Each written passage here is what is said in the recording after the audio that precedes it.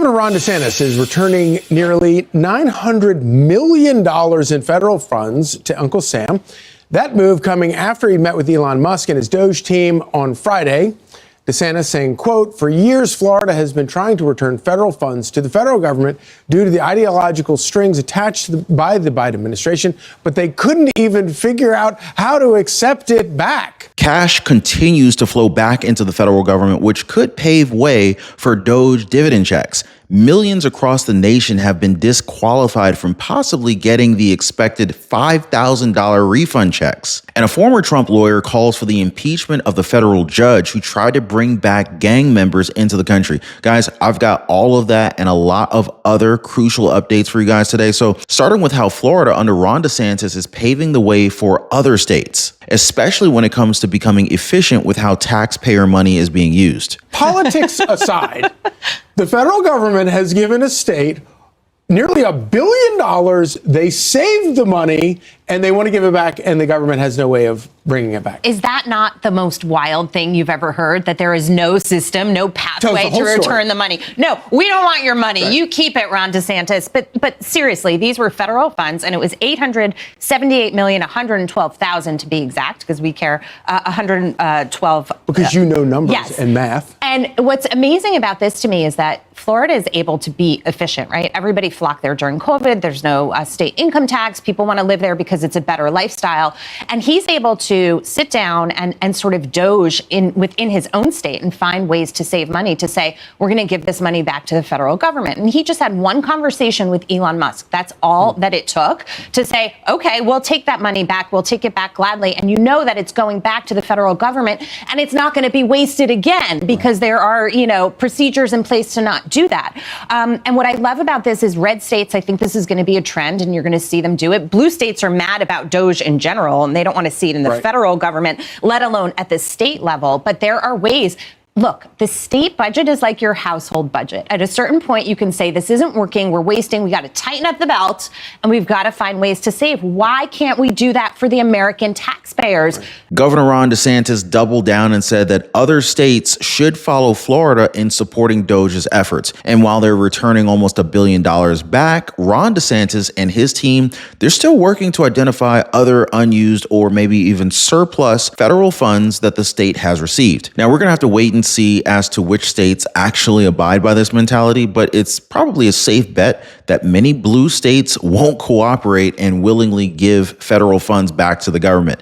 Now, guys, related to that, the DOGE dividend stimulus checks could arrive earlier than expected. In fact, especially if more people in office go by Ron DeSantis's example. However, a recent statement from James Fishback says that millions are now ineligible for the possible $5,000 checks. Now, James Fishback, he is the mastermind behind this whole proposal of the DOGE dividend stimulus checks. He's also confirmed that he is in talks with multiple senators to get this written into legislation. Now, here's what he had to say about the millions who will not be receiving any money back from the federal government. Illegal immigrants are never going to get a DOGE dividend stimulus check. They did not come into this country legally. They do not pay into the system the way that U.S. citizens do. They're absolutely not going to get a penny, end quote. Now, guys, what do you think about what James Fishback just said about the millions of illegal immigrants who are never going to get a DOGE dividend check? Do you support what James Fishback is saying here? Or do you think that illegal immigrants should get a DOGE dividend check? Just let me know in the comments down below. Just say support or no checks for migrants. Now, as we know, guys, many states provide taxpayer-funded benefits to illegal immigrants. James Fishback is making sure that the checks are only provided to tax-paying Americans. Now, I don't know if you agree or disagree with that, but James Fishback claims that a provision will be included in the legislation that would prevent migrants without legal status from accessing these DOGE payments. Now, James Fishback also said that the checks will incentivize taxpayers to trust in the DOGE. So by cutting back on wasteful costs and giving back taxpayer money back to the people who actually provided it in the first place, as of now, DOGE has found around $115 billion in waste. And if the checks were distributed under that number, American taxpayers would only get about $142 each as of today. It's still a long way from its target of $5,000. Now, in order to reach that target, DOGE would have to cut $2 trillion in federal spending. Now, on the topic of illegal immigrants, one individual who sold fentanyl was seen sobbing and crying as she or he, I can't even tell. Y'all let me know if this is a she or a he, was nabbed by ICE. She or he or they also getting roasted online as many people say that she's not sorry for what she did. She's merely crying because she got caught and now will be sent packing back home. Now, y'all let me know, is this a guy or a girl or what is this? A Dominican drug dealer previously deported for peddling fentanyl broke down in tears as she was arrested while illegally back in the U.S. Virginia Basora Gonzalez, 36, was sobbing as ICE agents took her into custody in Philadelphia last Wednesday. A U.S. magistrate judge issued a federal warrant for her arrest the same day she was to be served a notice of intent to reinstate a final removal order. She will remain in federal custody pending charges for re-entry after deportation. Photos released by ICE show Basora Gonzalez crying as she's led away in handcuffs. ICE Philadelphia Acting Field Office Director Brian McShane said the arrest demonstrates our commitment to protecting our communities from criminal aliens. Basora Gonzalez was first arrested in 2019 in Pennsylvania for possessing 40 grams or more of fentanyl and aiding and abetting. She pleaded guilty and was sentenced to just over a year in prison and 4 years of supervised release. ICE deported her to the Dominican Republic in 2020 before she could serve her sentence, but she illegally re-entered the U.S. at an unknown date. Authorities discovered her return after a confidential source alerted ICE on March 7th. Agents then arrested her outside her job at La Tierra del Caribe restaurant in North Philadelphia, where she was working as a cook.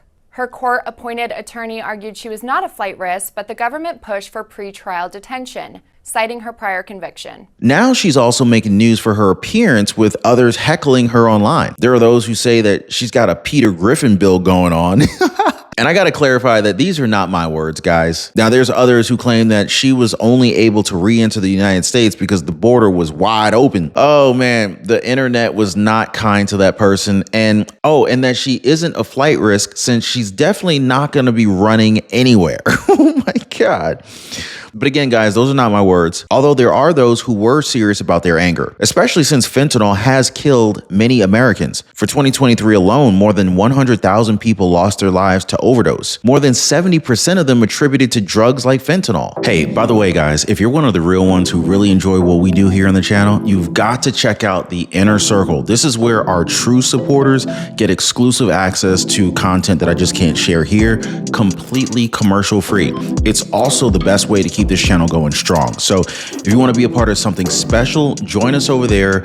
Links in the description or in the pinned comment down below. So guys, this brings me to a very sensitive topic. Democrats and mainstream liberal media, they're all fighting against the deportations that are being done under Trump's administration, with border czar Tom Homan being questioned if everyone that they're deporting out of the country are actually gang members, with a federal judge telling the president to bring back these people into the United States. So guys, here's what Tom Homan had to say about that. Well, sure. The bottom line is that plane was full of people designated as terrorists, number one. Number two, every Venezuelan migrant on that flight was a TDA member based on numerous criminal investigations, on intelligence reports, and a lot of work by ICE officers. Matter of fact, 2 days after that flight took off, I even had a discussion with the acting director of ICE, and he reiterated that every Venezuelan on that plane was a known member of the TDA. So a lot of officers, a lot of criminal investigators, special agents who've done this for decades, looked at the intelligence information, the criminal investigation information, all the various social media and surveillance and government records and public records, and they are confident that they're all members of the TDA. And I'm not surprised that a member of the family saying they're not a member of the TDA, but they were given due process as according to the laws on the books. See, that's the difference between the Trump administration and Biden administration. We're actually using the laws on the books to enforce immigration law and secure the border at the highest level it's ever been.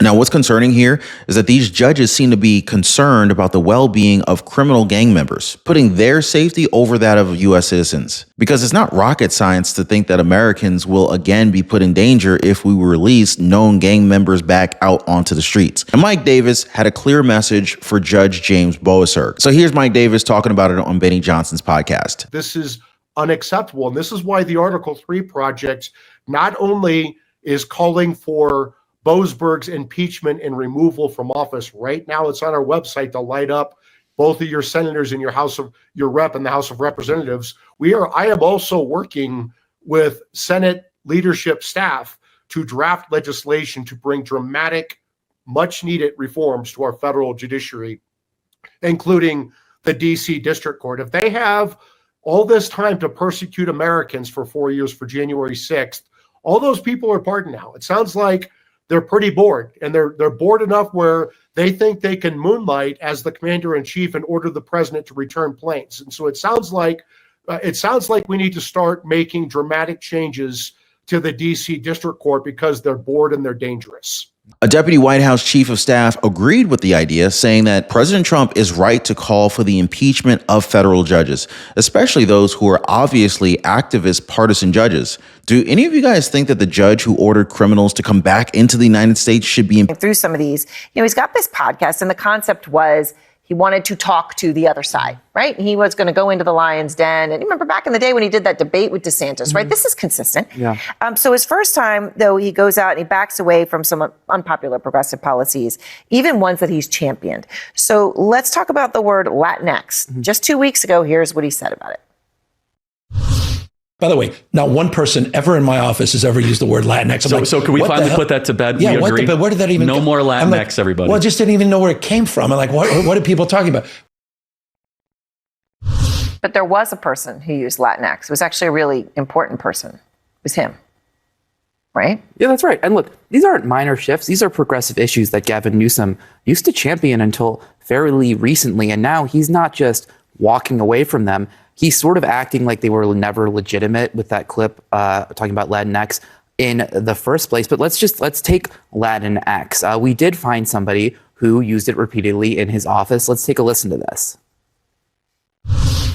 I hope we can really paint a picture in terms of our consciousness of how impactful this has been on the Latinx community. The Latinx and Black communities. You've got politicians that are banning not assault rifles, but the word Latinx. They're not even serious. And look, Aaron, those aren't the only times that we found that he used it. He also used it a lot on social media. Look at a few of these right here. You see there, that is a lot of use of Latinx by him for somebody who said that nobody in his office has ever used that phrase. Right. So that was put upon him. All right. So Now, we all know why Gavin Newsom's doing this. He's lying to appeal to the voters that generally don't like him, to show a more moderate stance compared to the far left policies that he'd push in his own state. And if you're a progressive and CNN is calling you out as a liar, then you're in trouble, because they're doing Republicans this huge favor by trashing Governor Gavin Newsom live on air. And it's funny that he has to lie to make it seem as if he's normal, that he didn't bring some extremely radical left-leaning policies to the state of California. But remember how he touted about providing free health care to illegal immigrants? That's blowing up in his face too. Governor Gavin Newsom says the state short on funds for its Medicaid program known as Medi-Cal. The state expanded the program to cover undocumented immigrants. The governor asked lawmakers to approve another $2.8 billion in loans on top of a $3.4 billion loan issued last week. So California now making up a $6.2 billion shortfall in Medi-Cal funds. The money meant to keep the program properly funded through June. The realities are the realities. You have to balance budgets. We balance our budget. Revenue is holding up. I don't see anything significant along the lines of what some have asserted. But I do see the need to make adjustments and changes broadly in the Medicaid system. Meantime, Republicans blaming Democrats for creating financial insecurity with the Medi-Cal program. They say undocumented people should not be covered. Now, it's also said that the state is standing at a deficit of $70 billion, $24 billion unaccounted for within the homeless industrial complex. And to top it off, Gavin Newsom has added $10 billion as they bankrupted an essential program for vulnerable Californians, all to pay for illegal immigrants. Hey, by the way, guys, if you're one of the real ones who really enjoy what we do here on the channel, you've got to check out the Inner Circle. This is where our true supporters get exclusive access to content that I just can't share here, completely commercial free.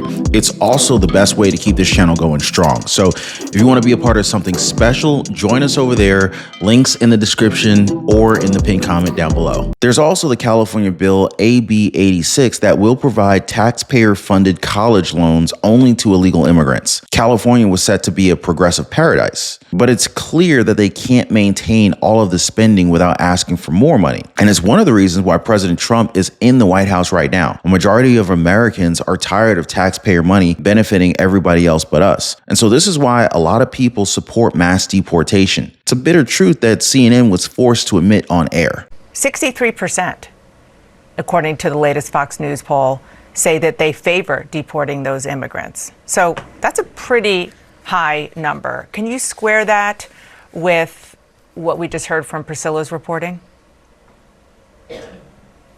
Yeah, I think that obviously the president has kind of blanketed the airwaves with saying that all of these people deported are criminals. And given the fact that we, reporters like Priscilla, we have very limited information to who exactly has been deported. The government has not handed over names. I know CBS got a hold of a list of names, but that hasn't been provided to those who are asking for who was actually deported.